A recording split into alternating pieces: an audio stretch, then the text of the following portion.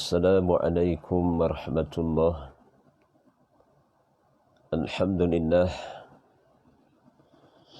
Alhamdulillahillazi hadana lihaza wa ma kunna linahtadi laula an hadana Allah.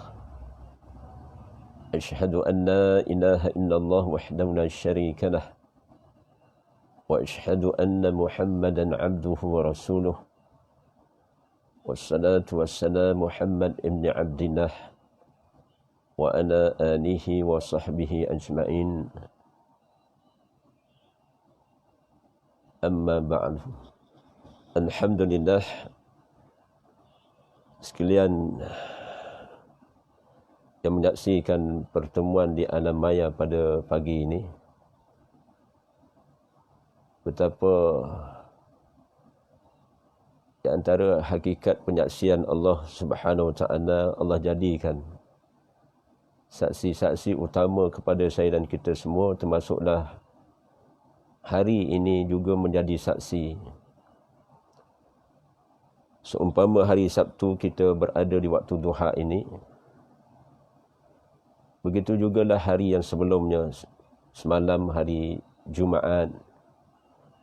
Dan insya-Allah sekiranya Allah tentukan dengan ilmu dan takdirnya pada keesokannya, yakni hari Sabtu. Bilangan hari dalam seminggu ini merupakan saksi yang menyaksikan satu makhluk yang Allah ciptakan, sama ada malam ataupun siang. Sebagaimana Allah nyatakan dalam firman-Nya, inna fi khalqis samawati wal ard. Sesungguhnya penciptaan langit dan bumi, pertukaran malam dan siang, silih bergantinya malam dan siang, menjadi tanda-tanda kekuasaan, keagungan, kerahmatan, kebesaran, sesempurna sifat bagi Allah Subhanahu Wa Taala. Menterjemahkan af'alnya, maka dan saya, termasuk saya dan kita semua, beruntung mensyukuri akan nikmat Allah, menggunakan sebaiknya kelapangan masa yang ada ini, apatah lagi kita berada di satu bulan yang penuh barakah, yang di dalamnya diturunkan Al-Quran yang menjadi petunjuk, penjelasan ke arah petunjuk yang membezakan yang mana yang hak, yang mana yang batin, yang mana yang salah, yang mana pahala, yang mana dosa, yang mana jalan orang-orang yang bertakwa, yakni jalan yang menjurus ke arah syurga Allah. Dan kita semua menafikan, jangan ada seorang di antara kita ketinggalan untuk meraih keredaan Allah dengan memasuki syurga Allah. Dengan maksud kita menafikan kita termasuk dalam golongan orang-orang yang ingkar, orang-orang yang diazab Allah Subhanahu Wa Taala, wa ni'yazubillah. InsyaAllah mudah-mudahan wasilah dengan pertemuan seumpama ini sekalipun menyaksikan saya dan kita semua yang saya raikan, ahli keluarga yang dikasihi, sahabat-sahabat kenalan yang dekat maupun yang jauh, yang dikenali maupun yang tidak dikenali. Alhamdulillah, pada pagi ini saya memilih satu tajuk bagi secara santai kita berusaha untuk memahami hakikat tentang hikmah Ramadan Al-Mubarak ini, yang disebut dalam Al-Quran pada ayat yang ke-185, Syahrul Ramadan allazi unzila fihi al-Quran hudan linnas wa bayyinatin minal huda wal furqan. Masya Allah, betapa besarnya kurniaan Allah kepada seluruh hamba-Nya, umat Islam, yang mana mengurniakan, menganugerahkan suatu amalan ataupun satu peluang keberadaan kita dalam Ramadan Al-Mubarak ini. Apakah hikmah yang boleh kita ambil dengan kedatangannya Ramadan Al-Mubarak ini, Ramadan Karim, datangnya Ramadan yang penuh mulia ini dan penuh barakah dari sisi Allah Subhanahu Wa Taala. Pertama, berkaitan dengan hikmah ini, iaitu hikmahnya Allah Subhanahu Wa Taala menghendaki dan memberi peluang kepada saya mempertingkatkan iman kita. Pertama, satu solution ataupun khulasah yang lebih awal, hikmahnya dalam bulan Ramadan ini apabila kita menjalani sebagaimana dalam Al-Bukhari wal Muslim meriwayatkan suatu hadis Nabi SAW, man qama ramadanan imanan wa ihtisaban ghufira lahu ma taqaddama min zanbi. Barang siapa menjalani Ramadan dengan pengisian apa? Iman, dan mengharapkan redha Allah atas apa yang dilakukan, sama ada pada siang maupun malamnya. Bukan sekadar puasa yang kita secara zahiriahnya kita menahan lapar dan dahaga, bermulanya terbit matahari sehingga tenggelamnya matahari.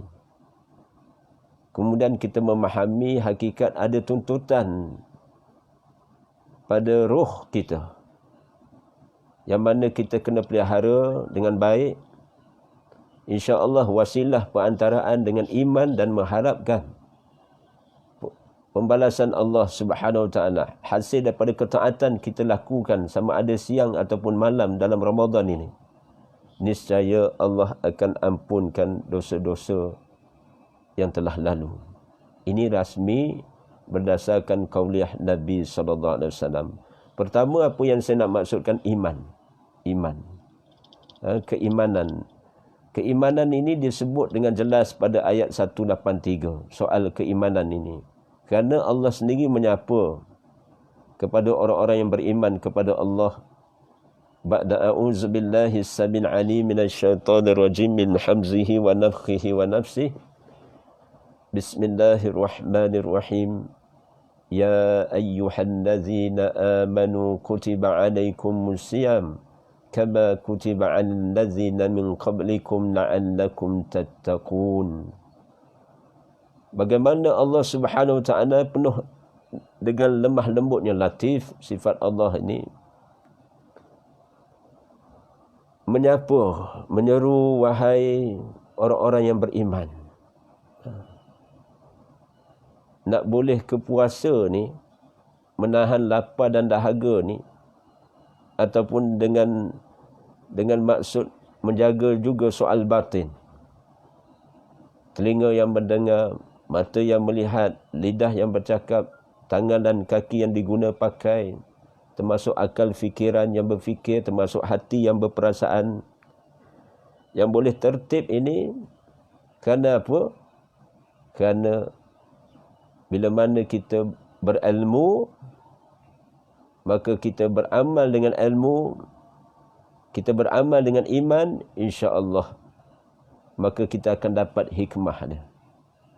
Hikmahnya apa? Pada ayat 183 dalam suratul Baqarah itu, Allah Subhanahu Wa Taala menyapa, menyeru orang yang beriman kepadanya sesempurna keimanan yang kita sendiri, bagaimana kita mencontohi golongan muttaqin, orang-orang yang bertakwa. Orang-orang yang bertakwa ini, di antara sifat mereka, Masya Allah, di antara sifat mereka iaitu kelompok yang disebut dengan jelas dalam surah Al-Imran. as-sabiruna was-sadiqina wal-qanitina wal-munfikina wal-mustaghfirina bil ashar.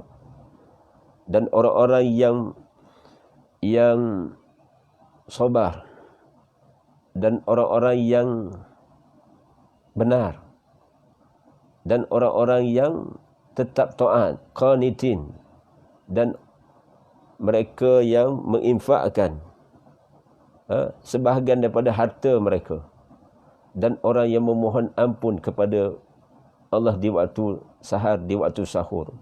Ini kelompok orang yang bertakwa di sisi Allah Subhanahu Wa Taala. Cuma kita boleh halusi setiap kelompok ini, kumpulan ini kita boleh halusi bagaimanakah sifat mereka dan amalan mereka. Termasuklah penghayatan mereka dalam Ramadan Al-Mubarak. Setiap juzuk tadi, orang yang sabar perlu ada penghuraiannya, perlu ada pengertiannya, dan kita boleh mencontohi sifat orang yang sabar ni, bagaimana amalan mereka. Perlu ada beberapa modul untuk memberi pencerahan ataupun masa yang perlu kita dengar, sama ada daripada syarah para alim ulama ataupun kita baca kitab, bagaimana sifat mereka. Walaupun termaktub dalam satu waqaf ayat, namun dia ada yang tersirat daripada yang tersurat. Bagaimana golongan tadi mereka berdoa, Rabbana innana amanna faghfir lana zunubana wa qina azaban nar. Dalam surah Ali Imran ayat 16, ayat yang ke-17. Masya Allah, surah Ali Imran, bagaimana mereka berdoa itu. Mereka menyatakan kami benar-benar beriman. Mengakui, menginsafi tanggungjawab saya dan kita semua kena usaha mencapai tahap keimanan yang sebenar. Iman ini bukan boleh dijual beli dan bukan boleh diperolok-olokkan, melainkan kita kena percaya dan meyakini segala apa yang Allah perintahkan tentu ada hikmah. Begitulah perintah tentang menunaikan kefarduan puasa ini. Kefarduan puasa ini makamnya, tingkatannya samalah seumpama kefarduan solat. Solat, wajib puasa. Yang dinisbahkan wajib puasa 30 hari di bulan Ramadan, melainkan pada orang-orang yang tertentu yang diberi kelonggaran. Ataupun di-excusekan, dikecualikan, seumpama wanita yang uzur, yang nifas, keluar darah nifas kerana bersalin dan sebagainya. Termasuk juga maknanya mereka yang diberi ruksah, diberi kemudahan ketika musafir, ataupun mereka yang sakit keuzuran kerana nisbah sakit mereka banyak mudarat daripada manfaat, maka dibolehkan berbuka. Namun demikian, apa yang saya maksudkan yang pertama, poin ataupun maksud yang pertama, hikmah puasa ini maknanya peluang saya dan kita semua mempertingkatkan iman ni. Apabila kita menunaikan tanggungjawab saya dan kita semua kepada Allah dan agama ini, maka peningkatan iman akan naik. Allah akan naikkan iman kita kepadanya. Iman kita kepadanya. Dan bagaimana hikmah yang kedua. Pada pagi ini saya sekali jalan pasal hikmah ni dibincang dengan luas oleh para alim ulama.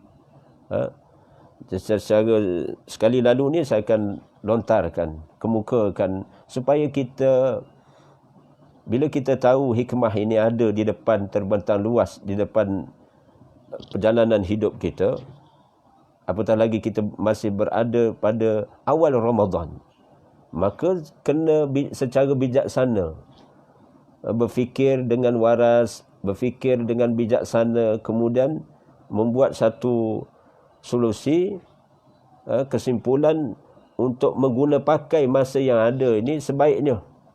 Kita ada 27-28 hari lagi. Sekiranya Allah izin Ramadan ini, hayat kita sampai ke penghujung Ramadan, maka peluang cerah saya di antara kita ni, ada orang subhanallah, baru tadi saya terima WhatsApp, kembalinya seorang tokoh agama, tokoh ilmuwan, kira satu tingkatan pada statusnya doktor, almarhum doktor, yang dikenali di tanah air kita, telah kembali ke rahmatullah, sama ada semalam ataupun pada hari ini. Allahumma ghfir lahu warhamhu wa'afihi wa'fu anhu. Subhanallah, bagaimana Allah pilih di kalangan hamba-hambanya, apabila Allah kendaki tempoh umurnya, rezekinya telah cukup, maka qadar umur pun mengikuti rezeki yang telah tamat, maka Allah jemput rasmi dengan kehendak dan takdir Allah. Kerana ada beberapa qada dan kadar Allah telah ditentukan di Lauh Mahfuz dengan rasminya, yang dikenal, sama ada insan itu dikenali ataupun kita tidak kenali. Subhanallah, saya ulang nak sebutnya, andai kata Allah izinkan saya dan di antara kita sampai ke pada malam Aidul Fitri, pada malam Aidul Fitri, ada orang Allah jemput rasminya pada malam Aidul Fitri, sehingga maknanya dia dengan sebaiknya menjalani Ramadan ini dengan ketaatan kepada Allah, dan dia mempunyai satu cita-cita di awal Ramadan untuk menjadikan Ramadan pada tahun ini adalah Ramadan yang paling baik sepanjang hayat dia. Katalah dia umur sekian-sekian umur 55 tahun, 15 tahun akhir balik, maka Ramadan yang lepas dia telah jalani.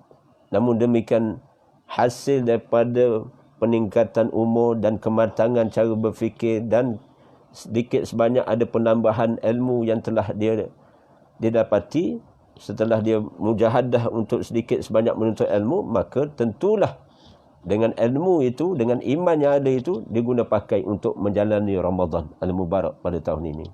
Maknanya pertama tadi, hasil hikmahnya yang pertama iaitu iman kita kepada Allah akan meningkat naik. Apabila kita secara bijaksana mengisi ruang masa yang ada dengan amal-amal ketaatan, sama ada di malam ataupun di siang Ramadan ini. Taib. Yang kedua iaitu tentang hikmah Ramadan Al-Mubarak ini, iaitu tentang takwa. Ayat yang sama dalam ayat yang ke-183 tadi. La'allakum tattaqun. Maknanya semoga dengan maksud agar kita ini mencapai suatu tahap maqam takwa. Hasil daripada kita menjalani amal-amal ketaatan di dalam Ramadan ini, menjalani Ramadan ini dengan iman, dengan amal ketaatan kepada Allah, sehingga sampai kita mencapai insya-Allah maqam takwa. Jadi nak sebutnya objektif dalam Ramadan ni, hikmahnya iaitu takwa. Takwa inilah selalu kita dengar khatib menyampaikan khutbah dengan pada awal khutbah ittaqullah. Dan kita saban ketika juga mendengar kalimah takwa ini. Cuma perlu dihalusi. Apakah takwa ini? Tahap mana saya dan di antara kita, maqam takwa kita ni di tahap mana?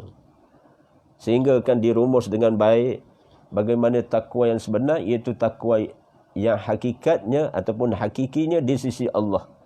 Bukan sekadar di sisi manusia ataupun terpedaya dengan makna takwa di sisi makhluk. Itu sebagai suatu rumusan tentang takwa.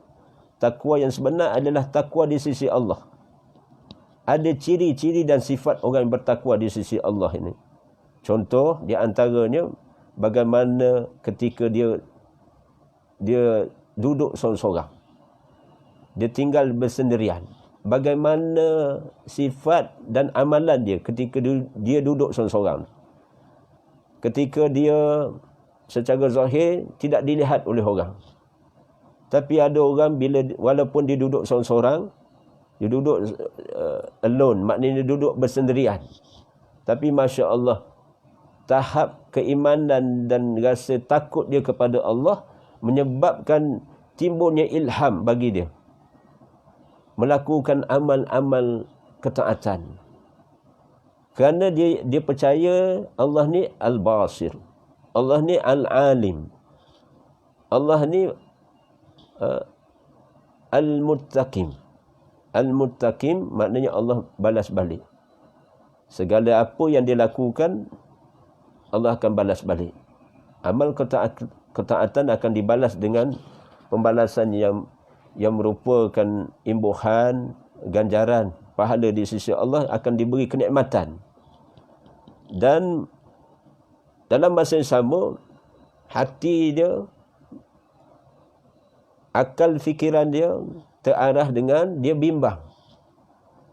Sekiranya dia melakukan amal kejahatan walaupun duduk seorang-seorang, duduk ketika stay at home ini, saya difahamkan sebahagian pelajar yang balik, mereka ditransitkan sementara di pusat karantin ataupun di tempat-tempat tertentu, dan alhamdulillah diberi keistimewaan oleh kerajaan sehingga mereka ni ditempatkan di hotel-hotel, ditempatkan di penginapan yang cukup makan, cukup pakai, sehingga ada suasana yang selesa, ada aircon, ada TV. Ini contoh bagaimana pelajar daripada luar negeri balik ke Malaysia dalam tempoh kena had mereka 14 hari duduk di pusat karantin ataupun di hotel itu. Masya Allah, ini contoh. Waktu saya ataupun di antara kita duduk seorang-seorang dalam bilik itulah, ataupun dalam rumah, location yang kita diam ini, stay at home ini, waktu itu sebenarnya apa yang kita boleh buat? Inilah nilai puasa. Puasa ni Masya Allah satu amal yang rahsia. Kita nak berpuasa boleh, kita tak nak berpuasa pun boleh. Pada sudut pandangan setengah orang, dia boleh berperasaan gitu. Dan terdedah fitnah tu pada diri saya dan di antara kita. Kita boleh puasa, kita tak boleh puasa. Kerana orang lain tak nampak. Tapi hasil daripada ilmu dan keimanan yang ada, dan sikit sebanyak ada rasa takut kepada Allah, takut dengan pembalasan Allah, dan untuk meraih keredaan Allah, maka kita mentaati perintah Allah itu dengan Masya Allah kita berpuasa. Jadi tentulah orang yang berpuasa dia berjaya menahan lapar dan dahaga. Dia boleh, maknanya dia boleh makan, dia boleh minum waktu duduk seorang-seorang, contoh dalam hotel tadi, ataupun dalam bilik, ataupun dalam rumah. Dia beli cukup bekalan, maknanya air kotak ke, roti ke, ataupun dia boleh beli maknanya sumber menu yang basah, ikan, daging dan sebagainya, dia boleh masak sendiri. Ada orang, maknanya ramai lagi sebenarnya kita yang nampak-nampak ni, saya bersangka baiklah, alhamdulillah kita masih dalam ketaatan. Tapi Allah uji manusia yang ramai ni, walaupun dia Muslim, kadang-kadang Masya Allah, Allah uji. Waktu duduk seorang-seorang itulah Allah uji imannya kepada Allah, takwanya bagaimana. Sekiranya kurang ilmu, kurang iman, memang boleh terbuka puasa ni. Tapi kita masih berbaik sangka sesama kita. Ada orang berpuasa, tapi dalam keadaan ada juga yang tidak menyempurnakan solatnya. Tidak menyempurnakan solat. Ramai, bukan sikit bilangan ini kalau dikaji secara analisis, kes dan sebagainya. Tapi alhamdulillah kita masih baik bersangka sesama kita, nak menyatakan maknanya Allah beri peluang. Hikmah berpuasa ni untuk mempertingkatkan rasa takwa kita. Takwa ni, tingkatan takwa ni ada tingkatan dia. Ada peringkat-peringkat dia.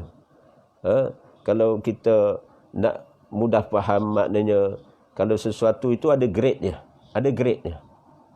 Untuk mencapai satu kedudukan yang tinggi, dia ada grade dia. Dalam peperiksaan ada grade dia. A, B, C, D, E, turun ke bawah, tak?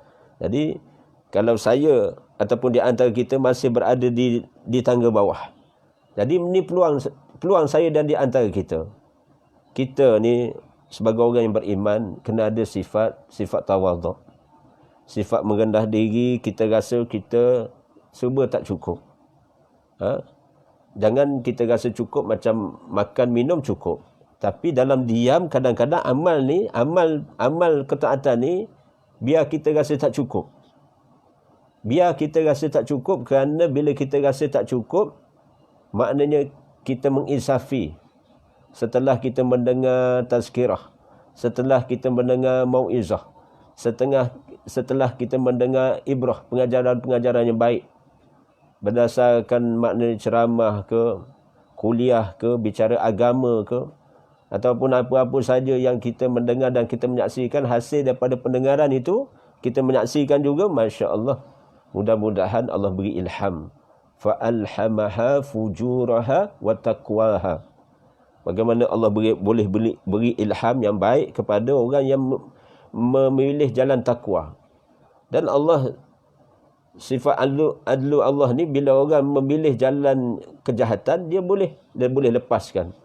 Dia boleh lepaskan tali hubungannya dengan orang-orang yang berhajat pada berkeinginan mengikut nafsu syahwah dia.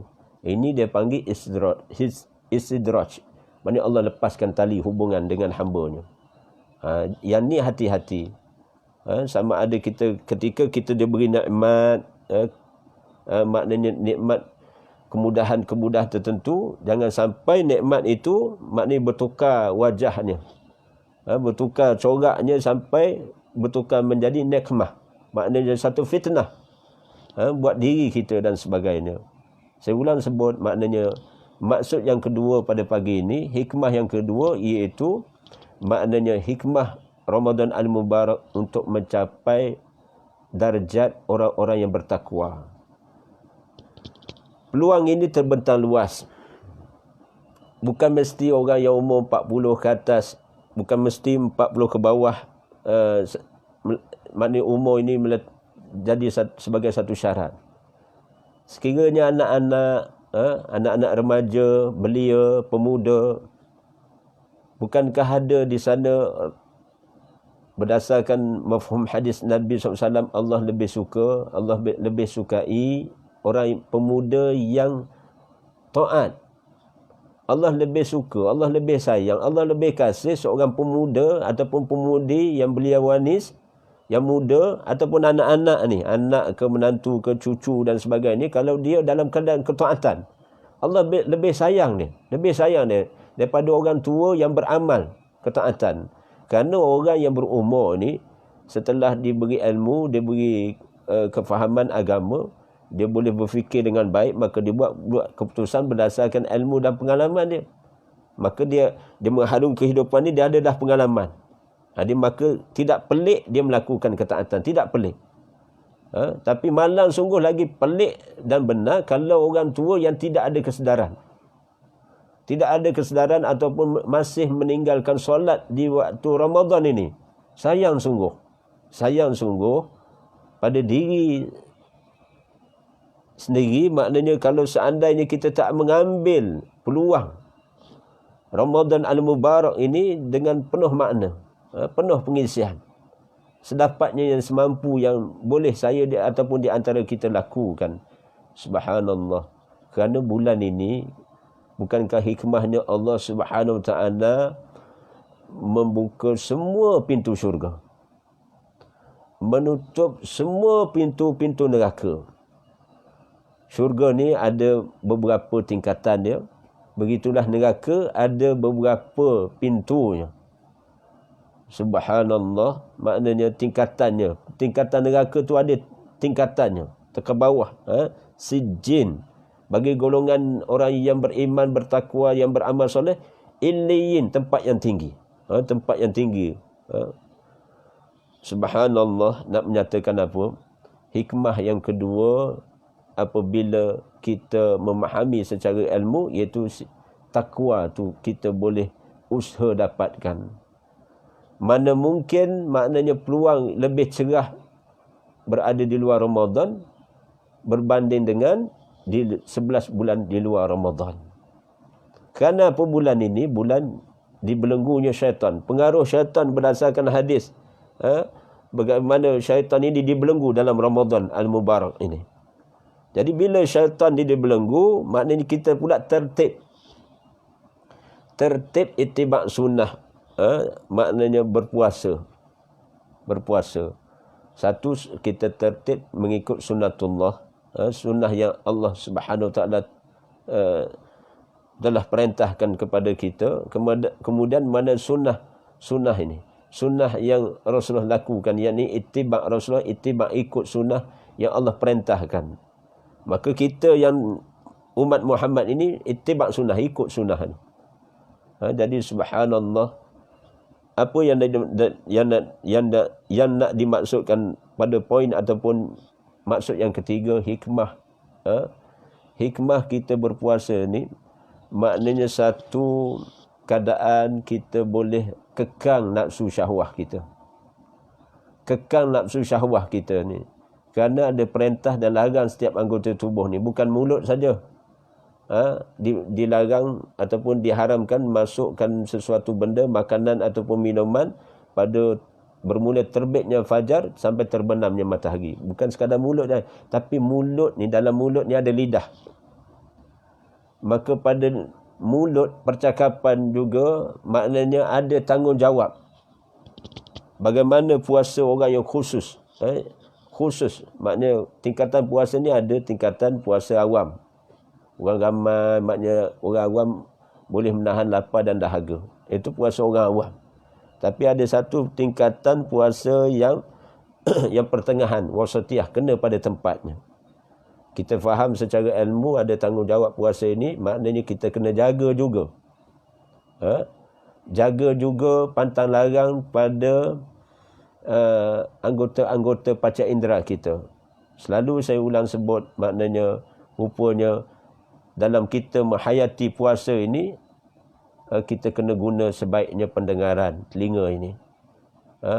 Kita berkewajiban mendengar, maknanya mendengar apa? Mendengar ayat-ayat Allah, berkumandang. Kalau kita dah baca Quran, tidak menjadi satu yang keberatan sebenarnya, kita juga boleh mendengar ayat-ayat Al-Quran daripada bacaan orang lain. Ataupun kita mengguna pakai telinga itu mendengar sesuatu yang baik untuk pendengaran kita. Dan dalam masa yang sama, maknanya kita dilarang. Kita kena berusaha mendengar perkataan-perkataan yang sia-sia, yang lara. Termasuk juga maknanya ghibah, mengumpat. Ataupun perkataan-perkataan, bicara-bicara yang maknanya merendah-rendahkan orang lain. Mencela orang lain. Dan apa saja yang sebenarnya haram pada lidah, begitu juga haram pada pendengaran. Haram pada pendengaran. Yang haram kita bertutur pada lidah, juga haram pada pendengaran. Kita pun kena elak juga telinga kita mendengar ni. Pasal dua-dua ni rapat. Telinga, maknanya mulut, telinga ni dia rapat. Kalau mulut keluar, maknanya telinga akan mendengar. Jadi nak menyatakan apa? Hikmah puasa ini iaitu mengekang nafsu syahwah. Nafsu syahwah bukan mengekang nafsu syahwah makan saja. Nafsu syahwah setiap anggota tubuh ini.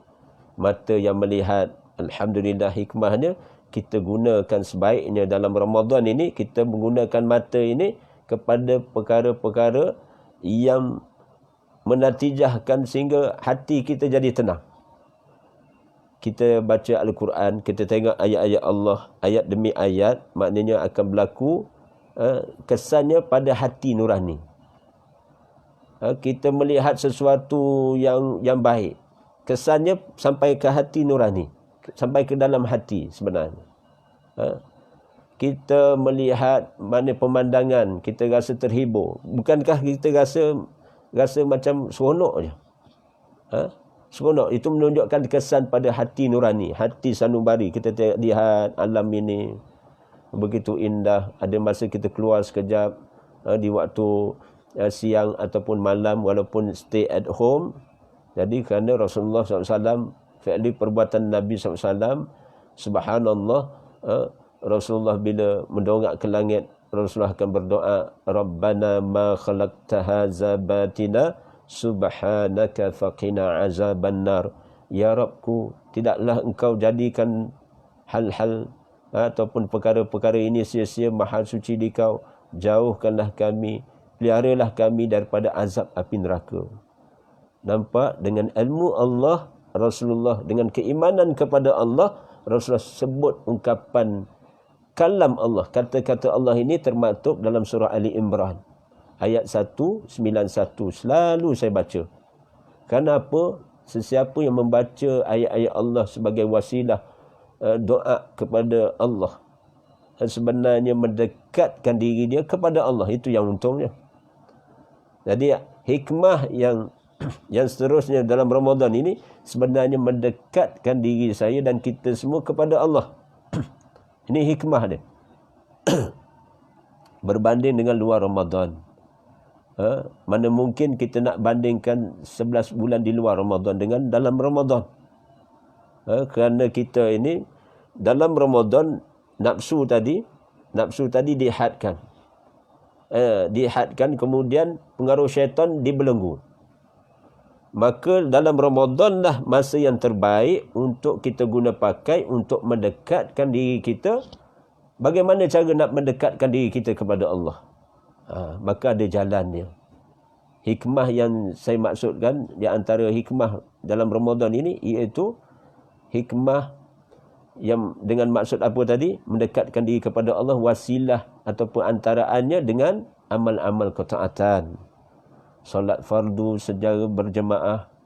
Kemudian tak cukup dengan fardu, menunaikan solat sunnah. Diandaikan begini, kalau kita sebelum Ramadan ni tak berapa rajin solat sunnah ataupun melakukan amal-amal sunnah. Contoh puasa kali ni puasa fardu, tapi di luar Ramadan nanti apakah kita mampu menunaikan puasa sunnah? Maka skim galakkan untuk rangsang kita ni, kita fikir cara bijaksana beginilah kinayahnya. Kita nak makan sesuatu, seumpama nak makan nasi, maknanya makanan nasi ini, apakah kita cukup dengan makan nasi saja? Kita ambil nasi, kita makan, maka dihidangkan nasi, sekadar nasi saja. Kita maknanya asasnya nasi, kita nak makan, maka kita dihidangkan nasi. Tak cukup bukan? Dari segi keperluan, dari segi zahiriah tu tak cukup bukan? Makan nasi saja tak cukup, banding dengan adanya aksesori, ada lauk, ada gulai, ada ikan, ada yang goreng, ayam goreng berempah dan sebagainya. Lepas tu ada ulam dan sebagainya. Jadi aksesori itu sebenarnya menu tambahan tu, itulah yang saya nak maksudkan sunnahnya. Sunnahnya. Yang fardu kita makan nasi. Jadi bila makan kita nak memang kita akan bila tengok nasi je, takkan nasi je. Kita sendiri maknanya rasa tak cukup, takkan nasi je. Mana lagi lauk lain? Bab makan, bab minum kita takwil. Nampak tak? Kita takwil. Tapi bab ibadah, kenapa kita tak sempurnakan? Tu tadi. Kerana kefarduan ni satu tanggungjawab. Satu yang difardukan Allah. Menyempurnakan tanggungjawab itu, yang menampung kecacatan ketaatan itu, rupanya sunnah. Sunnah tadi. Termasuk sunnah solat sunnah, termasuk juga puasa sunnah, ataupun dalam puasa tu ada amalan sunnah. Dalam kefarduan berpuasa ni ada amalan-amalan sunnah. Subhanallah tu. Jadi hikmah yang seterusnya, selain mendekatkan diri kepada Allah dengan amalan-amalan sunnah tu, ada dalilnya. Ada dalilnya. Kerana apabila hamba kepada Allah, dia menyempurnakan yang fardu, kemudian dia melengkapi yang sunnah, maka Allah naikkan martabat dia. Allah akan pelihara dia. Ketika dia mendengar, maka Allah akan bersama dengan dia. Ketika dia melihat, Allah akan bersama dengan dia. ketika dia berkata, Allah akan bersama dengan dia. Ketika dia bergerak ke mana-mana, maknanya Allah akan menemani dia. Maksudnya Allah akan pelihara dia, akan jaga dia. Itu hikmah mereka yang melakukan amal ketaatan dalam bulan Ramadan ini, maknanya sebenarnya mendekatkan diri dia kepada Allah Subhanahu Wa Taala, dan Allah akan dekat dengan hamba-hambanya. Taib. Maksud yang seterusnya, iaitu dalam pengisian penghayatan Ihya Ramadan ini pada siang dan malam, rupanya ada sunnah yang kita kena jaga. Bila kita melakukan sunnah ini, maka kita dekat dengan Rasulullah sallallahu alaihi wasallam. Automatically. Sebenarnya kita bukan sekadar kena faham dengan memperbanyakkan selawat, maka kedudukan kita di akhirat nanti akan dekat dengan baginda Nabi SAW. Contoh, berdasarkan satu lafaz riwayat hadis menyatakan, barang siapa, riwayat Imam Ahmad ataupun Imam Turmizi menyatakan, sesiapa yang berselawat ke atasku 10 kali di waktu pagi dan petang, maka berhak baginya syafaat di akhirat nanti. Saya ulang balik, sesiapa yang istiqamah berselawat ke atas Rasulullah, Allahumma salli ala Muhammad wa ala alihi wa sahbihi wa barik wa sallim, ataupun selawat yang terbaik itu selawat Ibrahimiyah. Selawat Ibrahimiyah yang dibaca ketika tasyahud akhir itu. Termasuk kama salat Allahumma salli ala Muhammad wa ala ali Muhammad kama sallaita ala Ibrahim wa ala ali Ibrahim wa barik ala Muhammad wa ala ali Muhammad kama barakta ala Ibrahim wa ala ali Ibrahim, sampai akhir selawat. Itu selawat yang terbaik. Nak sebut apa? Maknanya bukan sekadar selawat mendekatkan hati kita kepada Rasulullah sehingga kita dekat dengan Rasulullah di akhirat nanti, akan bersama dengan Nabi Muhammad SAW di akhirat nanti. Tapi bila kita melakukan amal-amal sunnah sebenarnya, bila kita melakukan pekerjaan sunnah sebenarnya itulah didikan Nabi SAW. Kita lakukan, kita akan teringat Nabi. Tu cuba kita bila melakukan amalan sunnah ni, bukan sekadar kita teringat Allah sebagai Rabbal Alamin yang kita daulahkan, dalam masa sama kita rasa syukur kerana kesan daripada didikan Nabi, tarbiyah Nabi, manhaj, satu sukatan tarbiyah yang Rasulullah sampaikan kepada ahli keluarganya, termasuk para sahabatnya, sehingga terkesan pada tabi'in dan generasi yang mutahirin ini. Maka sesiapa yang melakukan amal sunnah, sebenarnya hikmahnya dalam Ramadan ini mendekatkan dia dengan Rasulullah sallallahu alaihi wasallam. Kerana diisyaratkan dalam dalil, barang siapa mentaati Rasulnya, hakikat sebenarnya dia mentaati Allah. Begitu je, siapa yang menyintai Rasulnya, maka dia hakikat dia menyintai Allah. Termasuk maknanya sesiapa yang kasih sayang kepada ulama yang mengikut sunnah, maka hasil daripada wasilah tu, rantaian dia itu, maknanya keseimbangan dia sebenarnya dia mengasihi Rasulullah. Dan bila sampai pada rantaian Rasulullah, maka dia sebenarnya dia kasih sayang kepada, mahabbah dia kepada Allah. Samalah tu rantaian dia. Tapi syaratnya maknanya ulama ataupun orang yang kita kasih dan sayang itu, maknanya mendapati Al-Quran dan Sunnah yang benar secara ilmu, yang sahih, yang hasan, yang ahad dan sebagainya. Tapi nak sebutnya apa tadi? Maknanya hikmah dalam Ramadan ini, maknanya peluang kita melakukan amal sunnah. Bila mana kita melakukan amal sunnah ketika bersahur, ketika berbuka, jadi dan di antara tempoh berbuka dan bersahur, kita melakukan amal-amal ketaatan yang ittiba' sunnah, yang Allah beri ilham kepada baginda Nabi SAW, melakukan solat fardu dengan mukjizat Al-Quran. Rasulullah membaca Al-Quran, kemudian kita pun baca Al-Quran. Rasulullah puasa pada siangnya, kita pun puasa pada siangnya. Rasulullah SAW maknanya bukan sekadar menunaikan kefarduan solat, menunaikan solat-solat sunnah. Ada 12 rakaat solat sunnah secara qabliyah, ba'diyah. Kemudian tak cukup dengan itu, ada masa Rasulullah solat di waktu duha. Kemudian ada masa Rasulullah berdiri qiyam pada waktu malam. Ini disyarahkan oleh ulama bagaimana kefahaman yang kita perlu ada, iaitu apabila masuk saja Ramadan, ke semua solat-solat sunnah itulah solat yang disebut qiyamul Ramadan. Qiyamul Ramadan maknanya qiyam di waktu bulan Ramadan. Apa kita nak niat ke, kita nak niat tahajud ke, kita nak niat sebagai solat istikharah ke, solat hajat ke, solat niat apa pun sebenarnya automatically dia dalam package, iaitu package apa? Package dia panggil qiyamul Ramadan. Orang yang mendirikan solat di waktu malam Ramadan. Jadi subhanallah, itu disyarah oleh yang mahir ataupun yang takasur dalam hadis.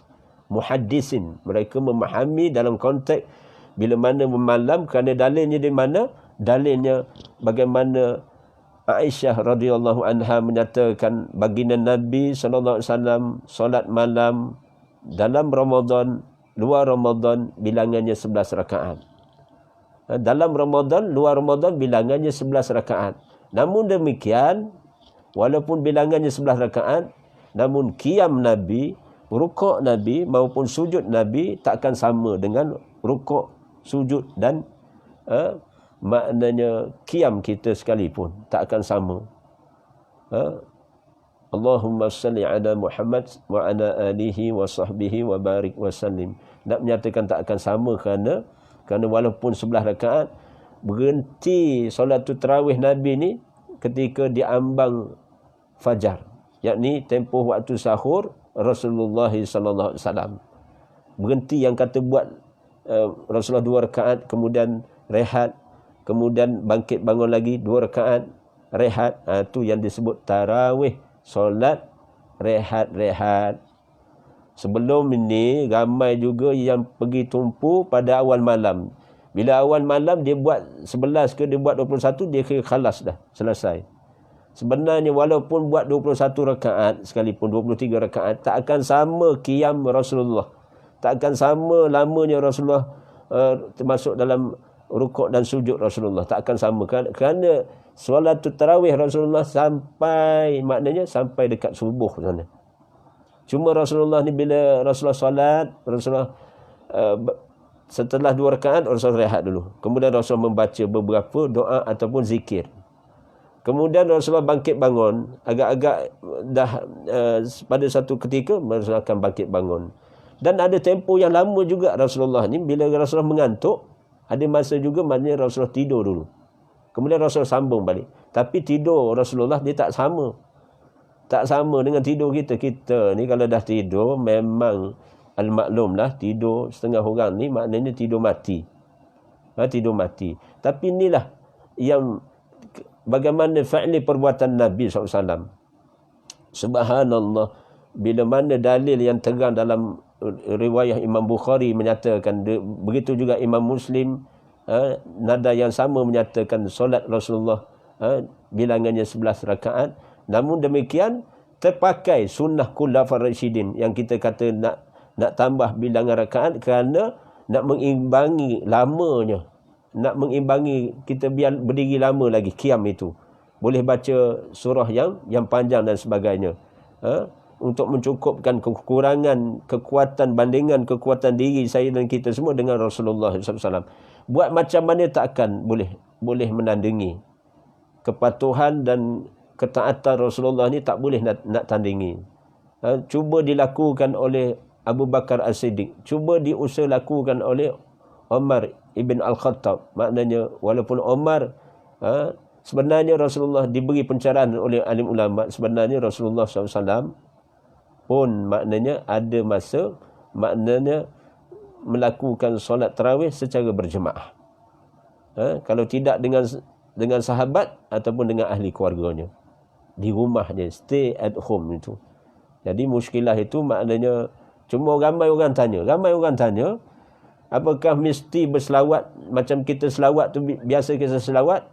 Mesti ke berselawat macam kita selawat tu, selawat yang biasa kita buat tu? Jawapan secara ilmunya tidak mesti. Tapi nak berselawat di antara rakaat-rakaat solat tu boleh berselawat. Lepas solat, katalah lepas antara 4 setelah 2 rakaat kita nak berselawat ke atas Nabi, silakan selawat. Tapi di antara 2 rakaat yang lain boleh kita baca apa pun saja. Dan seumpama kita baca doa Allahumma innaka afuwun tuhibbul afwa fa'fu anni. Itu doa yang maksur. Maksur daripada yang diisyaratkan Rasulullah kepada Aisyah apabila aku ketemu dengan malam Lailatul Qadr, maka apa sunnah yang aku baca, lebih baik aku baca apa? Maka Rasulullah forward kan, Allahumma innaka afuwun tuhibbul afwa fa'fu anni. Jadi bacalah doa ataupun zikir di antara selang 2 rakaat tu. Boleh baca apa pun. Jadi jangan sampai maknanya kita hadkan sampai mesti selawat. Bukan mesti, bukan wajib selawat, tapi sunnah juga berselawat ni. Berselawatlah kalau nak berselawat maknanya, tapi jangan tetapkan kalau tak ada selawat, tak ada tarawih. Tu muskilah. Sebelum ini ramai yang meletakkan seumpama kalau tak tahu nak baca selawat, maknanya tak layak nak mendirikan solat tarawih. Itu satu kesilapan dari segi kefahaman. Kerana kita dapati bila merujuk muhaddisin, orang yang takasur dalam hadis, maknanya mereka dapati bagaimana fleksibelnya bacaan Nabi SAW. Ada masa Rasulullah SAW ketika lepas 2 rakaat Rasulullah diam saja. Maknanya Rasulullah tafakur, berfikir ataupun zikir secara sir, secara rahsia. Dan seingat saya berdasarkan mafhum hadis, ada 4 bacaan yang telah dinyatakan, diamanatkan kepada para sahabat ketika dalam Ramadan ini oleh baginda Nabi SAW. Elok kita tahu apakah ucapan yang bila masuk saja Ramadan, ada 4 ucapan yang disunnahkan dibaca, disampaikan oleh Rasulullah SAW. Kerana sahabat juga akan bertanya kepada Rasulullah. Sama ada Rasulullah terus beritahu ataupun sahabat yang bertanya. Maka 4 ini cuba ingat dengan baik. Iaitu berdasarkan hadis ini. Nanti saya cuba cari balik hadis itu, tapi saya yakin itu sebagai sumber hadis. Bagaimana mafhum hadis itu mengisyaratkan, iaitu apa? Perbanyakkanlah, lazimilah oleh kalian kalimah syahadah la ilaha illallah. La ilaha illallah. Jadi di antara 2 rakaat tu ada masa selepas di antara 2 rakaat tu, kita yang imam ni, terutama imam ni kena bijaksana. Tu imam ni dia bukan sekadar boleh baca Al-Quran saja. Tapi dia kena mengetahui dari segi ilmu. Dia terbaiknya imam ini, dia bukan sekadar memahami, menghafaz ayat saja, tapi dia seorang alim. Dia memahami bagaimana sunnah, ataupun dari segi sudut fiqahnya. Dia kena alim. Kerana kalau sekadar imam ni sebagai maknanya tergantung pada hafazan saja, apabila berlaku sesuatu, bagaimana nak perlakukan benda amalan itu, tentulah kena mendapati sunnah. Ayat Allah warid daripada Allah, kalam Allah itu menjadi keutamaan kita baca. Dalam masa sama fi'li, perbuatan itu. Dalam menunaikan solat itu maknanya ittiba' sunnah. Jadi nak sebutnya imam kena bijaksana. Bila imam di depan, maknanya gunakan sebaiknya kefahaman yang ada, dan saya dan kita semua kena tambah ilmu. Bagaimana bacaan yang aulawiyat kita baca. Maka salah satu di antara bacaan yang aulawiyat dibaca ketika dalam Ramadan iaitu kalimah thayyibah. Kita boleh letak kalimah thayyibah itu di antara solat 2 rakaat ini. Boleh kita baca, katalah kita baca 3 kali la ilaha illallah, la ilaha illallah, la ilaha illallah. Baca tu di antara 2 rakaat itu, ataupun nak baca berapa kali pun silakan. Silakan dengan kehadiran hati.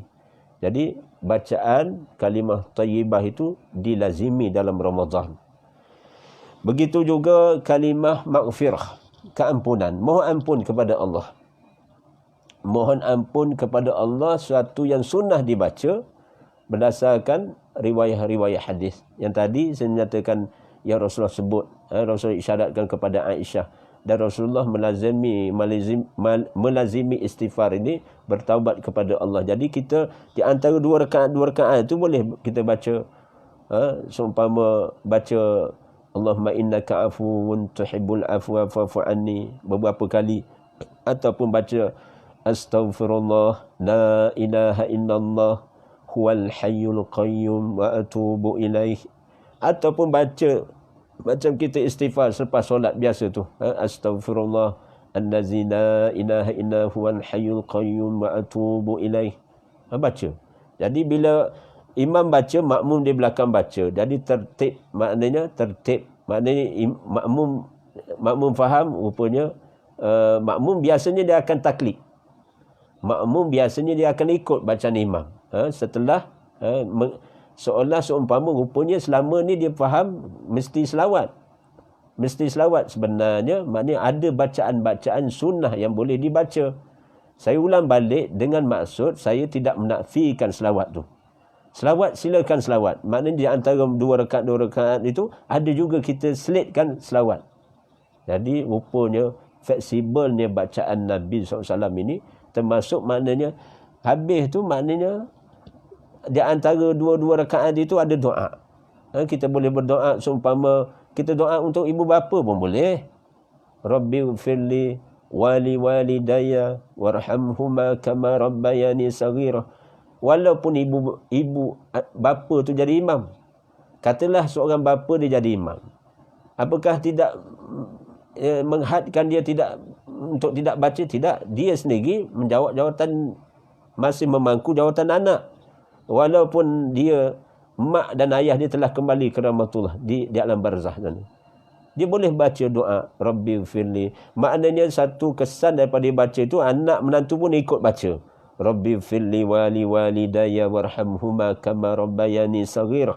Jadi anak menantu pun hafal baca. Nampak tak tarbiyah? Begitulah Rasulullah ni mendidik para sahabat. Rasulullah jaharkan suara sikit, diikut oleh sahabat-sahabat mendengar bacaan Nabi SAW itu. Pada awal untuk proses tarbiyah tu. Jadi apa pun doa, termasuk Rabbana atina fid dunya hasanah wa fil akhirati hasanatan wa qina azabannar, boleh dibaca 3 kali. Di antara rakaat-rakaat itu boleh baca Rabbana atina fid dunya hasanah wa fil akhirati hasanatan wa qina azabannar, baca 3 kali. Subhanallah. Lepas tu katalah rakaat yang ke-8 itu kita nak baca selawat. Silakan Allahumma salli ala Muhammad wa ala alihi wa sahbihi wa barik wa sallim. Nak baca 10 kali. Silakan.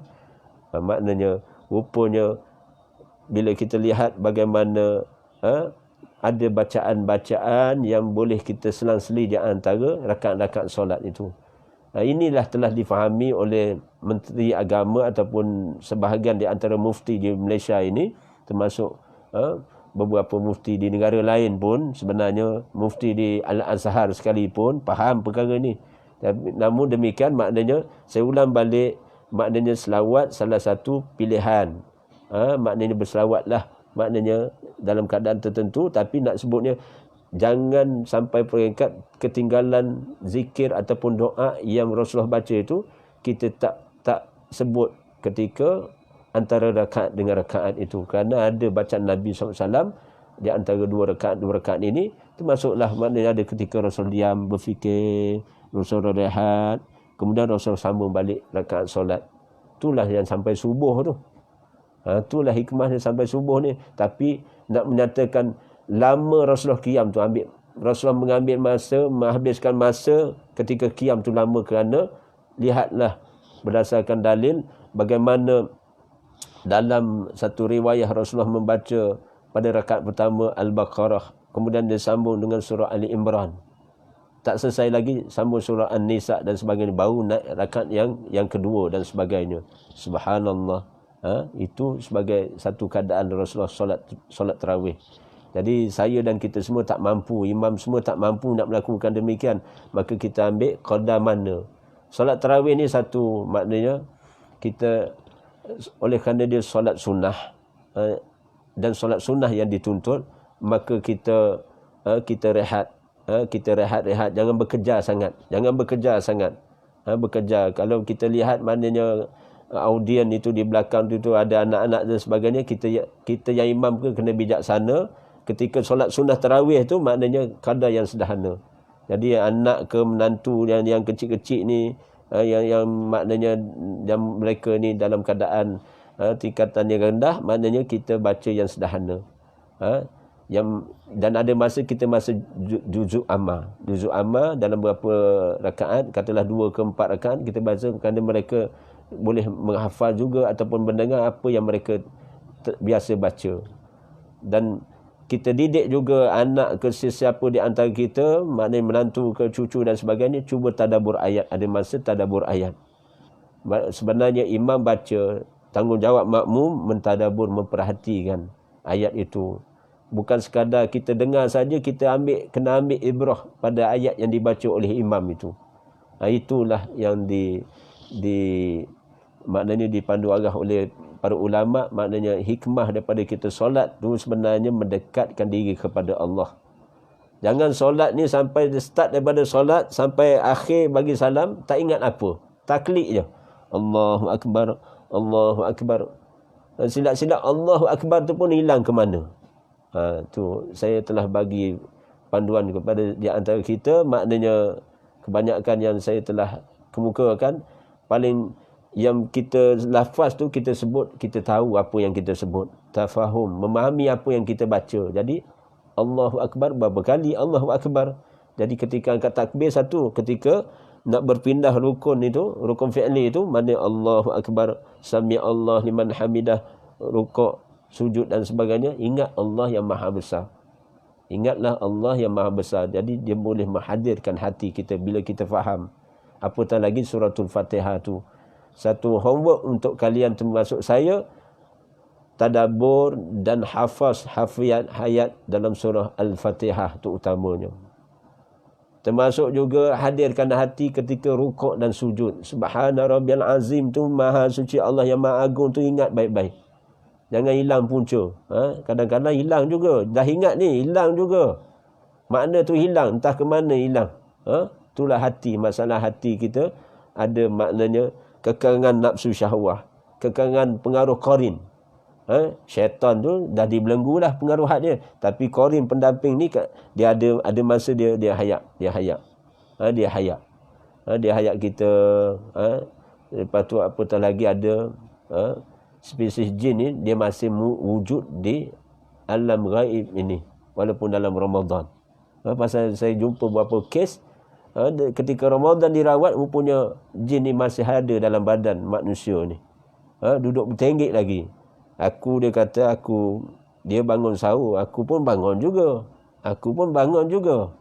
Maknanya, tapi jin yang di alam gaib ni, maknanya yang kianat tu memang dia tak puasa lah. Kalau hati kita dalam Ramadan ni maknanya tak tenang, resah gelisah dan sebagainya, lepas tu fikiran kita diganggu gugat, fikiran hati kita gini-gini, ada something wrong. Hati-hati. Kerana gangguan-gangguan ini kadang-kadang pada setengah orang, pada segelintir orang, dia masih, orang Kelantan sebut berdepek, dia masih maknanya lekat. Jadi nak berpisahkan ini dengan puasa. Puasa yang itibak sunnah, kurangkan makan. Itu je. Bab makan ni satu hal, bab minum pun satu hal. Jadi saya syorkan bagi kaum ibu, kaum nisa, maknanya kita bersederhana. Bersederhana lah. Maknanya Ramadan kali ini kita bersederhana. Bersederhana ni maksudnya qada, maknanya ada satu menu yang cukup untuk, walaupun ada ramai dalam rumah itu, kita ada menu yang sederhana. tidak berlebih-lebihan. Jangan sampai peringkat maknanya timbul fitnah Ramadan ini membazir makanan. Termasuk minuman, membazir. Ya. Jadi ini membazir itu bukankah satu fi'li sifat syaitaniah. Jadi membazir itu maknanya satu dakwah syaitaniah. Jadi kita maknanya pada qadar yang sederhana dengan ilmu, dengan iman kita beramal, termasuk bab makan minum ni. Termasuk bab makan minum ni. Dan saya syorkan maknanya ketika berbuka tu, berbuka yang ringan dulu. Buka yang ringan dulu, kemudian maknanya makanlah, minumlah air, kemudian makanlah buah tamar, makanlah kuih beberapa yang ringan tu dulu, kemudian tarik handbrake, berhenti dulu sekejap. Maknanya 10-15 minit je kita ambil masa untuk 10 minit ke berapa minit tu yang ringkas tu kita ambil berbuka puasa, kemudian kita menunaikan solat maghrib. Solat maghrib berjemaah. Kemudian tidak menghalang kita nak makan yang menu yang berat tadi. Macam nasi ataupun lauk pauk yang ada tadi, tidak menghalang. Cuma tertib, dia panggil tertib. Kerana pakar-pakar perubatan yang bab pemakanan ini mereka dapati berdasarkan kajian doktor dan sebagainya, bab pemakanan ini dikaji oleh secara sains perubatan. Sesiapa yang mengambil makanan ringan ketika di waktu iftar, waktu berbuka itu, ambil dengan dos yang qadar yang seadanya, kemudian dia ringankan, dia lapangkan, dia jarakkan tempoh untuk makan yang berat, kesannya hasil daripada makanan yang ringan tadi, buah tamar, air ataupun termasuk kuih yang ringan juga, kesannya dia akan keluar satu energi, satu cecair dihantar ke otak bahagian tengah. Otak ni akan menerima zat makanan itu bentuk cecair dalam tempoh setengah jam itu, subhanallah, dia akan mencukupi untuk dia, untuk maknanya aliran tenaga itu akan mampu untuk dia berdiri qiyam. Dia akan mampu untuk qiyam dan dia tidak mudah mengantuk. Jadi selepas kita makan yang ringan tu, kita dah solat dulu, kita makan benda yang berat. Masya Allah. Bila tertib ini kita lakukan di awal Ramadan sampai 30 Ramadan, kita akan dapati maknanya kita tidak mengantuk ketika waktu mendirikan solat tarawih. Itu kesannya. Setting baik-baik di awal Ramadan ini, kemudian kesannya sampai ke 10 akhir Ramadan. Itu kesannya. Tapi kalau kita sehari dua ni kita dah kata lebih kurang, kita boleh setting balik.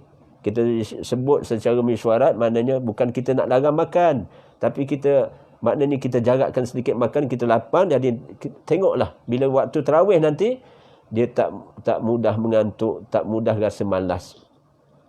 Saya sendiri pun pernah mengalami keadaan proses tarbiyah ini. Bila kita buat research, maknanya secara apa yang berlaku pada diri kita beza dengan kita terus makan jamak saja, sekali jalan je. Makan yang ringan dengan yang berat sekali jalan, nanti tengok ketika tarawih. Jadi mengah, jadi maknanya tidak khusyuk dan malas. Kurang maknanya. Jadi nak boleh ke sampai 8 rakaat, 11 rakaat tu dia rasa kena mujahadah. Sedangkan solat ini tenang. Solatnya melahirkan ketenangan sebenarnya. Jadi itulah rahsia bagi orang yang bijaksana susun atur menu ketika berbuka. Jadi apa yang saya nak maksudkan maknanya hikmah berpuasa ni, maknanya bila kita menepati sunnah, kita akan dekat dengan baginda Nabi SAW. Ketika nak makan tu, cuba teringat. Nak makan bersahur, termasuk nak makan iftar tadi, maknanya teringat, maknanya hikmah. Maknanya Rasulullah SAW, maknanya ketika makan bersahur bersama Aisyah radhiyallahu anha, ada riwayah menggambarkan Rasulullah ada sebiji tamarnya. Rasulullah bagi sekerat kepada Aisyah, Rasulullah makan sekerat. Tapi tiba-tiba Aisyah ni menghabiskan dulu. Sebahagian daripada tamar yang diberi itu, kelihatan Rasulullah melihat isteri, seumpama isteri baginda ini tidak cukup dengan apa yang diberi itu. Maka Rasulullah bagi sebahagian daripada setengah biji tamar itu kepada Aisyah radhiyallahu anha. Jadi ingatan bagi orang yang berilmu ketika makan itu, maknanya teringatkan Allah, teringatkan Rasulullah. Tu makan ni kena bismillah. Makan ini jangan bismillah pada lidah je. Makan ni maknanya kita kena kenang nikmat Allah. Kita ngap-ngap tu, Dalam hati cuba terbitkan alhamdulillah. Dalam hati tu ketika makan ataupun minum kita telan tu maknanya, ataupun minum tu telan tu air tu maknanya alhamdulillah dalam hati kita ni. Jadi maknanya kita terkenang nikmat Allah. Bila kita melakukan amal makan dan minum tertib ikut sunnah, hikmah dia ada. Tu hikmah. As-sunnah, al-hikmah. Sunnah ni adalah hikmah. Hikmah yang maknanya Allah akan beri ilham. Amalan, kesan daripada kita itibak sunnah tu Allah beri ilham. Kekuatan untuk beramal dengan amalan-amalan soleh yang lain. Maknanya sehingga kan kita boleh tertib, mujahadah untuk melakukan amal-amal sunnah yang lain. Subhanallah. Tu hikmahnya. Dari segi tarbiyah Ramadan ini. Jadi di antara yang akhir saya nak maksudkan hikmah Ramadan Al-Mubarak ini sebenarnya dia menjernihkan hati. Menjernihkan hati kita dengan maksud nafsu kita ini yang sebelum ini di luar Ramadan, bagaimana keadaan nafsu kita, sama ada amarah ataupun lawamah, tentulah kita memilih nafsu untuk menggapai nafsu mutmainnah, jiwa yang tenang. Kesan daripada tarbiyah Ramadan, kesan daripada amalan-amalan yang kita lakukan dalam Ramadan, sebenarnya kita akan berpeluang sebagai maknanya berjiwa mutmainnah. Berjiwa mutmainnah. Bukankah ada dalam surah Al-Fajr Allah nyatakan, ya ayyatuhan nafsul mutmainnah irji'i ila rabbiki radiyatan mardiyah fadkhuli fi ibadi wadkhuli jannati. Wahai orang yang berjiwa tenang, kembalilah kepada Rabbmu. Kembalilah kepada Rabbmu dalam keadaan kamu reda, berpuas hati dengan pembalasan Allah. Allah reda dengan apa yang telah kamu usaha lakukan. Wadkhuli jannati, fadkhuli ibadi wadkhuli jannati. Masuklah dalam golongan hamba-hambaku yang soleh, kata Allah.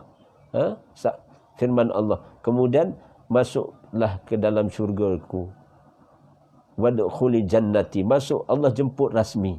Allah jemput rasmi bagi orang yang berjiwa tenang ini. Kesannya salah satu di antara yang kita nak hikmah dalam Ramadan ini, iaitu nak meraih apa? Meraih redha Allah. Hikmahnya nak meraih redha Allah dengan nafsu mutmainnah. Wasilah dengan nafsu mutmainnah. Bila Allah redha, Masya Allah. Bila jiwa kita mutmainnah, Allah tarik kita, Allah panggil kita di akhir ayat nanti, di penghujung nyawa nanti, kedengaran kalam inilah, kata-kata Allah ni.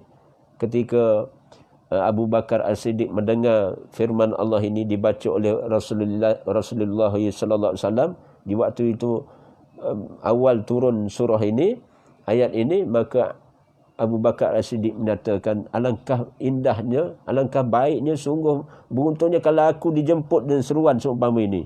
Maka Rasulullah mengiyakan, naam, ya. Benar, kamu adalah salah seorang yang Allah akan jemput dengan seruan ini. Maknanya Allah Subhanahu Wa Taala akan pendengarkan kepada orang yang hampir kepada kematian, bila mana dia dalam keadaan tertib mengikut perintah Allah, tertib mengikut sunnah Nabi SAW, dan sehingga kan dia terdidik dengan apa? Nafsu yang mutmainnah. Kan ada satu ayat dalam surah Asy-Syams, qad aflaha man zakkaha, qad aflaha man zakkaha wa qad khaba man dassaha. Beruntunglah bagi orang yang jiwa dia bersih, hati dia bersih, bertambah-tambah bersih kerana amal ketaatannya. Dia jaga tu. Dia asalnya fitrah. Maka setelah ilmu, dia beri keimanan dan sebagainya, maka dia jaga tertib. Maknanya dia jaga sampai ke mati. Amalan dia dan sebagainya. Maka dia akan beruntung. Jiwa dia akan maknanya Allah pelihara sampai tahap maknanya dalam keadaan mutmainnah, jiwa yang tenang. Maka rugilah. Wa qad aflaha man zakkaha wa qad khaba man dassaha. Rugilah siapa yang asalnya jiwa dia bersih, tapi dikotori, nafsu dia tu dikotori dengan amal-amal maksiat. Jadi hikmah dalam Ramadan ni juga, selain daripada nafsu itu, kita boleh tukarkan coraknya kepada sifat mutmainnah dan meraih keredaan Allah. Maknanya bagaimana hikmah daripada Ramadan ini, kita mudah-mudahan maknanya mampu untuk melakukan ketaatan kepada Allah dalam Ramadan ini, apatah lagi kemudian dapat meninggalkan larangan-larangan Allah. Ini hikmah dalam Ramadan ini. Larangan-larangan Allah, kesan daripada tarbiyah madrasah Ramadan ini, dia seumpama beginilah ujung, saya nak mudahkan kita faham. Kita ada 12 bulan, ada 12 bulan, ada 12 bulan. 30 hari dalam Ramadan inilah seumpama kita cas handphone kita. Kita nak guna pakai handphone kita 1 hari 1 malam. Maka kita cas handphone kita dalam 1 ke 2 ke 3 jam. Cas itu untuk diguna pakai untuk tempoh sehari semalaman 24 jam. Kita kena cas. Apa pun kita kena cas. Dia pasal apa? Kalau tak cas dia akan habis bateri. Dia akan habis bateri. Begitu jugalah maknanya kehidupan kita ada 12 bulan. Mana Ramadan ini untuk kita cas. Masuk sedapat mungkin maknanya cas keimanan kita dengan amal-amal ketaatan kita. Maka kita cas, ambil peluang cas. Maknanya hati kita ni, termasuk dalam dada kita dan fikiran kita, dengan amalan-amalan ketaatan kita raih dalam Ramadan ini, insya-Allah. Hikmahnya 11 bulan itu Allah akan maknanya pelihara kita. Allah akan pelihara kita. Dan beruntunglah sesiapa apabila penghujung, saya nak menyatakan, apabila dia mendapat satu hari pada satu malam yang disebut khairun min alfi syahr, lebih baik daripada 1000 bulan. Hikmah dalam Ramadan ini iaitu kita harus dan sunnah berniat untuk Allah ilhamkan kepada saya dan kita semua untuk berada di satu malam yang terbaik sepanjang hidup saya dan kita semua, iaitu malam Al-Qadar. Al-Qadar.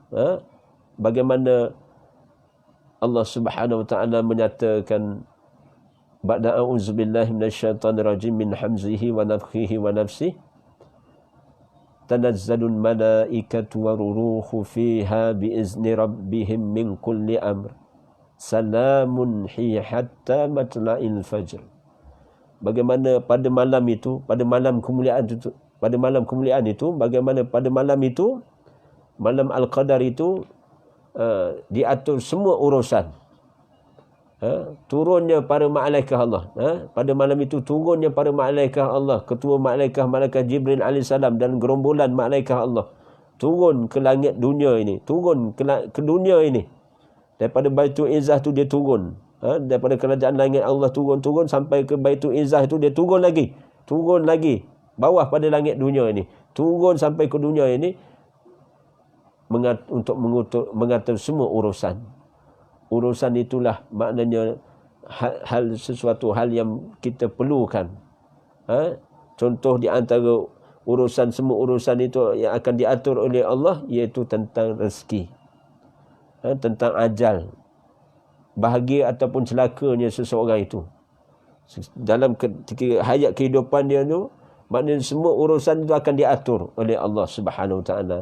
Jadi rezeki itu termasuk bukan makan, minum, pakaian, kenderaan, rumah saja, tapi rezeki itu juga kehidupan yang baik, kehidupan yang tenang.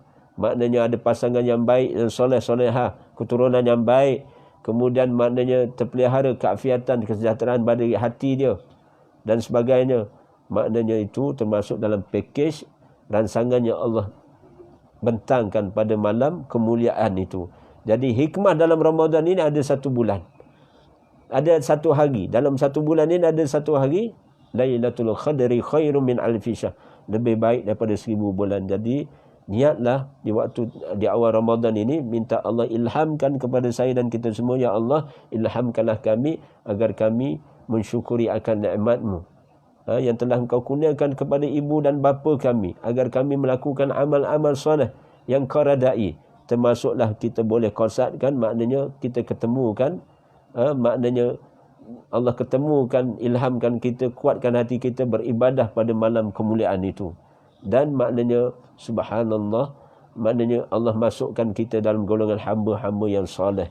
Jadi hikmah dalam Ramadan ini, kita berpeluang untuk menjadi hamba Allah. Bukan hamba kepada nafsu syahwah, bukan hamba kepada syaitan, bukan hamba kepada madiyah, kebendaan. Bukan hamba kepada dunia yang menipu daya ni. Kita ini hikmahnya Allah nak didik supaya kita menjadi Abdullah, hamba kepada Allah.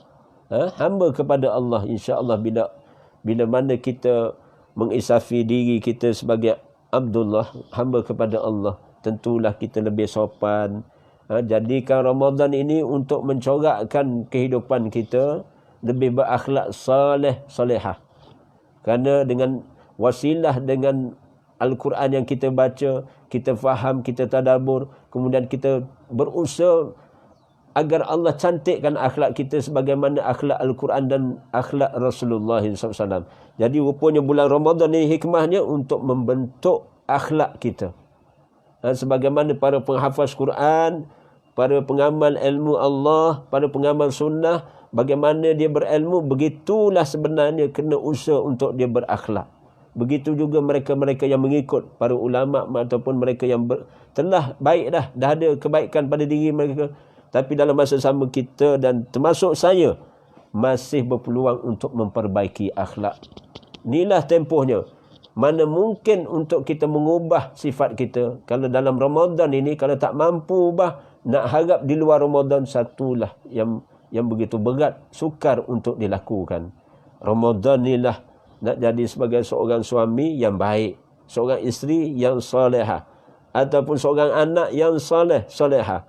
Hubungan dengan keluarga maupun adik-beradik dan sebagainya. Maknanya hikmahnya kita bila ada di antara ahli keluarga kita yang susah dan sebagainya, kita aulawiyat bantu dulu ahli keluarga kita yang susah, yang sakit dan sebagainya.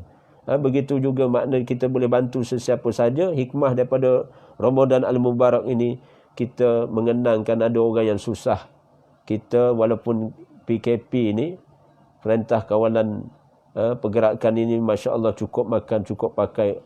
Kerajaan masih bantu suntik, dana sara hidup dan sebagainya. Subhanallah. Jadi ada orang hilang pekerjaan dan sebagainya, kita teringat. Jadi kalau kita mampu ada lebih sikit dan sebagainya, tidak pun kalau tak mampu buat semua, jangan tinggal semua. Ada yang mampu. Jadi mengenangkan itu, hikmah itulah. Maknanya orang yang berada, maknanya dia kena tolong orang-orang susah ni. Orang yang ada sikit sebanyak dalam akaun dia dan sebagainya, dia tolonglah apa yang dia mampu. Jadi dia tak akan rugi, insya-Allah dia tak akan rugi. Allah akan bayar tunai. Famulaki, kamu akan menemui janji Allah. Bab sedekah ni betapa ramainya ahlul barzah, mereka masih maknanya ada permohonan di alam barzah sana. Andai kata mereka diizinkan, mereka memohon kepada Allah. Maknanya memohon kepada Allah dikembalikan kepada hidup dunia, nak melakukan amal kebajikan, terutamanya bab sedekah ni. Kerana bila dilihat amal sedekah, sedekah yang dilakukan, betapa besarnya ganjaran imbuhan pahala Allah berikan tukar ganti dengan kenikmatan dalam alam barzah maupun apatah lagi di dalam syurga Allah Subhanahu Wa Taala. Jadi subhanallah, jadi kita ambil ibrah. Rupanya ada suara ahlul barzah dalam Quran. Ada suara ahli neraka dalam Quran. Ada juga suara ahli syurga dalam Quran. Telah termaktub dalam Al-Quran ini. Bila kita baca hikmah, kita baca Quran, kita akan dapati suara ini keluar daripada kenyataan ahli syurga. Seumpama dalam surah Waqiah, seumpama dalam surah Ar-Rahman, dan beberapa surah yang lain tentang bagaimana kenikmatan syurga diberikan kepada ahli syurga. Ada suara-suara. Suara ahli syurga ada dalam Quran. Cuma kita kedengaran bila kita baca, baru kita mendengar. Allah bisikkan dalam hati sanubari. Allah ilhamkan rupanya ada perkabaran tentang ahli syurga dalam Quran. Basyirah. Ada juga suara ahli neraka, orang yang berpaling pada perintah Allah, orang yang diazab Allah, orang yang maknanya subhanallah kufur dengan nikmat Allah. Maka ada suara dalam Quran ini, ada suara, termasuk suara ahlul barzah. mereka yang duduk di dalam barzah sekarang ni ada suara keluar dalam Quran ini. Ini wan nazira. Suara yang bagaimana diazabnya golongan orang yang diazab Allah wal iazubillah. Jadi subhanallah, mudah-mudahan hikmah ini Allah bagi ilham yang baik kepada saya dan kita semua untuk beramal. Sekadar inilah pada pagi ini di waktu duha, wadduha wal laili iza saja, ma wadda'aka rabbuka wa ma qada. Jadi tarbiyah Quran ini waktu duha kita baca, kita boleh baca surah duha. Agak waktu siang sikit kita baca wasyamsi wadduhaha. Kemudian waktu asar kita boleh baca wal as. Kemudian waktu maghrib naik kita boleh baca surah al-lail, wal laili iza saja, ma wal laili iza yaghsha, itu surah al-lail. Naik pada tengah malam kita boleh baca surah Muzammil, ya ayyuhal muzammil. Naik pada lewat malam kita boleh baca suratul Mudassir, dan kita boleh baca surah wal fajr. Jadi rupanya tentatif Al-Quran yang maknanya Allah telah dengan bijaksana susun atur tarbiyah ilmu Allah ini disusun atur dengan ilmunya disampaikan kepada Rasulullah, yakni ilmu wahyu, ilmu Quran itu sendiri. Jadi kita boleh tertib, maknanya untuk sungguh siapa yang boleh khatam Quran wallahu alam. Jadi termasuk saya dan kita semua, maknanya kena usaha sedapat mungkin, maknanya setakat mana yang Allah kendaki kita itu kita cuba usaha lakukan. Satu hari ada satu surah yang kita tadabbur. Saya bagi homework kepada saya dan kita semua, satu hari kita ada satu surah yang kita tadabbur. Ada 114 surah. Bagaimana nak habis? Melainkan kena mujahadah. Tadabbur ni baca, terjemahan dia baca, subhanallah. Bagi orang yang telah rajin tadarus, maka tuntutannya mentadabbur ayat-ayat Allah. Tengok terjemahan, tengok ada masa tafsirnya dan sebagainya lah. Jadi cukuplah hikmah begitu banyak dalam Ramadan al-Mubarak ini. Mudah-mudahan Allahumma inna nas'aluka ilman nafi'a wa rizqan tayyiba wa amalan mutaqabbala. Rabbana atina fid dunya hasanah wa fil akhirati hasanatan wa qina azaban nar. Barakallahu fiikum, siru ala barakatillah. Wabillahi taufiq wal hidayah. Wassalamu alaikum warahmatullahi. Subhanakallahumma rabbana wa bihamdika asyhadu an la ilaha illa anta astaghfiruka wa atubu ilaih. Wallahu a'lam. Wa sallallahu ala Muhammadin wa ala alihi wa sahbihi wa barak wa sallam. Walhamdulillahi rabbil alamin. Amin ya rabbal alamin. Waalaikumsalam warahmatullahi. Terima kasih atas perhatian semua. Wallahu a'lam. Allah